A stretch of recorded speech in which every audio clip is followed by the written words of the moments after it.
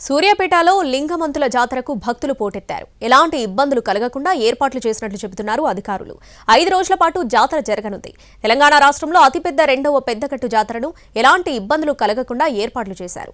ప్రతి 2 ఏళ్లకొకసారి నిర్వహించే ఈ జాతరకు తెలుగు రాష్ట్రాల నుంచే కాకుండా ఇతర రాష్ట్రాల నుంచి కూడా భక్తులు తరలివస్తున్నారు. స్వామి అమ్మవార్లను దర్శించుకుని మొక్కులు చెల్లించుకుంటున్నారు. ఇక మరింత సమాచారం మా ప్రతినిధి విజయభాస్కర్ అందిస్తారు.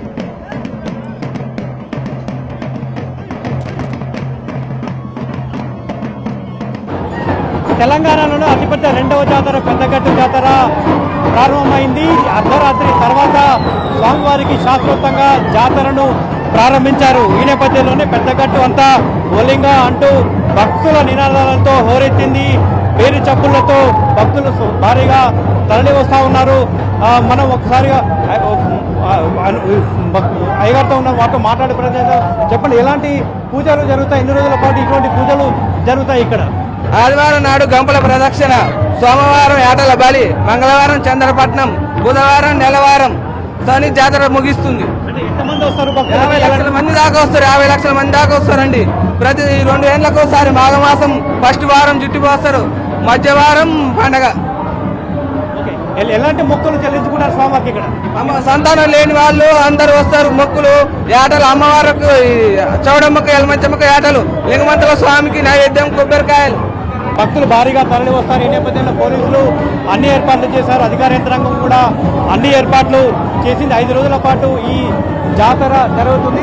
తెలంగాణ రాష్ట్రంలోనే రెండవ అతిపెద్ద జాతర. ముఖ్యంగా యాదవ సామాజిక వర్గానికి చెందిన భక్తులు కావచ్చు, వాళ్ళ వంశీయుల ఆధ్వర్యంలోనే ఈ జాతర కొనసాగుతున్న నేపథ్యంలో భారీగా తరలి వచ్చారు. ఈ నేపథ్యంలోనే ఇటు అధికార యంత్రాంగం అన్ని ఏర్పాట్లు చేసింది. భారీగా పోలీసులు ఏర్పాటు చేశారు. మనం ఒకసారి విజువల్స్లో చూడవచ్చు. భక్తులంతా కూడా నైవేద్యం సమర్పించేందుకు క్యూ లైన్లో నిలబడ్డారు. గంపలలో తెచ్చిన నైవేద్యాన్ని సమర్పించేందుకు భక్తులు క్యూ లైన్లలో నిలబడ్డ పరిస్థితి. పెద్దగట్టంతా కూడా పేరు చప్పులతో మారుమోగుతుంది. అమ్మవారికి నైవేద్యాన్ని సమర్పిస్తూనే స్వామివారికి తమ మొక్కులను చెల్లించుకున్న పరిస్థితి. పోలీసులు 2000 మందితో భారీ భద్రతా ఏర్పాట్లు చేశారు. 5 రోజుల పాటు జరిగే ఈ జాతర గురువారం సాయంత్రంతో ముగుస్తుంది. ఎక్కడ కూడా ఎలాంటి ఇబ్బందులు కలగకుండా, అంటే భక్తులకు సంబంధించి ఎలాంటి అవసరం కలగకుండా పోలీసులు ఏర్పాట్లు చేశారు. ముఖ్యంగా ట్రాఫిక్ సమస్య తలెత్తకుండా 65 నంబర్ జాతీయ రహదారిపై ట్రాఫిక్ మళ్లింపులు అయితే జరుగుతున్న పరిస్థితి ఉంది. ఎక్కడ కూడా జేబులందరూ కావచ్చు, భక్తులకు సంబంధించిన విషయంలో ఎక్కడ కూడా పోలీసులు ఇబ్బందులు తలెత్తకుండా చేస్తున్నారు. దాదాపుగా 68 సీసీ కెమెరాలు ఏర్పాటు చేయడంతో పాటు 2000 మందితో భారీ భద్రత ఏర్పాట్లు చేశారు.